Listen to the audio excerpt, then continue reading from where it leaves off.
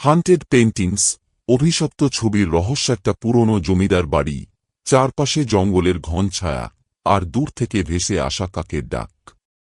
বর্ষার রাতে বাজ পড়ার শব্দে গ্রামের লোকেরা দরজা জানালা বন্ধ করে দিত। কিন্তু সেই বাড়িটা, সেখানে কেউ যেত না। গ্রামের লোকেরা বলত, ও বাড়িতে অশুভ কিছু আছে। ছবিগুলো, ওগুলো জ্যান্ত হয়ে ওঠে। কথাটা শুনে আমি, অর্ণব, হেসে উড়িয়ে দিয়েছিলাম। আমি শহরের ছেলে, পড়াশোনা করি ইতিহাস নিয়ে। পুরনো জিনিস, জমিদার বাড়ি আর রহস্য আমাকে টানে।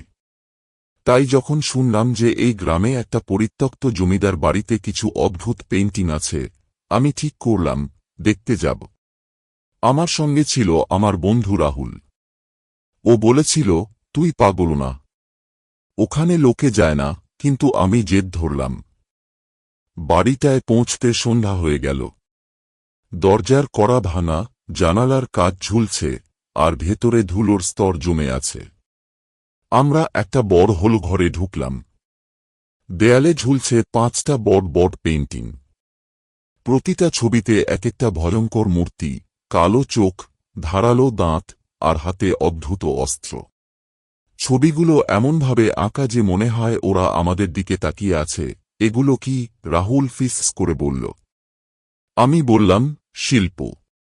পুরনো জমিদাররা হয়তো এসব রাক্ষসের ছবি আঁকিয়ে রাখত, কিন্তু আমার গলায় আত্মবিশ্বাস থাকলেও মনের ভেতর একটা অস্বস্তি হচ্ছিল। রাত বাড়ল। আমরা ঠিক করলাম ওখানেই থাকব। একটা পুরনো সোফায় বসে গল্প করছিলাম। হঠাৎ একটা শব্দ, ঝনঝন করে কিসের যেন পড়ে যাওয়া। আমরা চমকে উঠলাম। কি হলো? রাহুল বলল। আমি টর্চ জ্বালিয়ে দেখলাম একটা ছবি দেয়াল থেকে পড়ে গেছে। কিন্তু ছবিটা যেখানে ছিল সেখানকার দেয়ালে একটা কালো দাগ। মনে হলো যেন কিছু বেরিয়ে গেছে। এটা কিসের দাগ? আমি বললাম। রাহুল কাঁপা গলায় বলল, চল এখান থেকে চলে যাই। কিন্তু ততক্ষণে দেরি হয়ে গিয়েছিল। রাত 12টার দিকে বাইরে বৃষ্টি শুরু হল। আর সঙ্গে সঙ্গে ঘরের ভেতরে একটা ঠান্ডা হাওয়া। আমি টর্চটা তুলে দেখলাম বাকি 4টা ছবির মূর্তিগুলো। ওগুলো নেই। ফ্রেমগুলো খালি। আমার হাত পা ঠান্ডা হয়ে গেল। রাহুল চিৎকার করে বলল, অর্ণব, পালা। কিন্তু পালাত কোথায়? দরজা জানালা বন্ধ। আর তখনই শুনলাম একটা গভীর অমানুষিক গলার হাসি।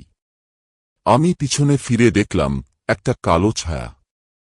তার চোখ দুটো জ্বলছে, ঠিক যেমন ছবিতে দেখেছিলাম। তার হাতে একটা বাঁকানো ছুরি। আমি চিৎকার করতে গিয়েও পারলাম না, গলা বুজে এসেছিল। রাহুল দৌড়ে একটা জানালা খোলার চেষ্টা করল। কিন্তু তখনই আরেকটা মূর্তি এসে দাঁড়াল তার সামনে। লম্বা নখ, মুখে রক্তের দাগ, আর চোখে একটা পাগলামি। আমি দেখলাম ও রাহুলের দিকে হাত বাড়াল। পরক্ষণেই রাহুলের চিৎকার থেমে গেল। ও মেঝেতে পড়ে গেল, নিস্তেজ। আমি কোনোমতে একটা টেবিলের নিচে লুকালাম। মূর্তিগুলো ঘরে ঘুরে বেড়াচ্ছে। ওদের পায়ের শব্দ, হাসি, আর কখনো কখনো আমার নাম ধরে ডাকছে, অর্ণব, বেরিয়ে আয়। আমি বুঝতে পারলাম এরা ছবি থেকে বেরিয়ে এসেছে। এরা জ্যান্ত। আর এদের উদ্দেশ্য আমাদের শেষ করা। কতক্ষণ ওভাবে লুকিয়েছিলাম জানি না। ভোরের দিকে সব চুপচাপ হয়ে গেল।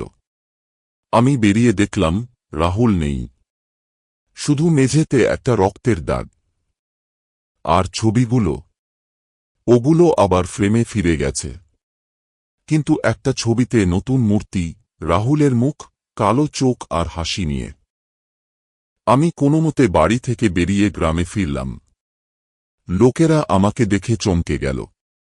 আমার চুল সাদা হয়ে গিয়েছিল। আমি সব বললাম, কিন্তু কেউ বিশ্বাস করল না।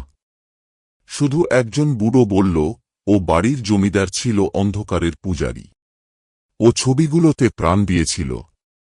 যে ওখানে যায় তার প্রাণ ওরা নেয়। আজও রাতে ঘুমোলে আমি ওই হাসি শুনি। আর জানালার দিকে তাকালে মনে হয় কেউ আমার দিকে তাকিয়ে আছে। আমি জানি ওরা আমাকে ছাড়বে না, কারণ আমি দেখেছি ওই হান্টেড পেইন্টিংসের রহস্য।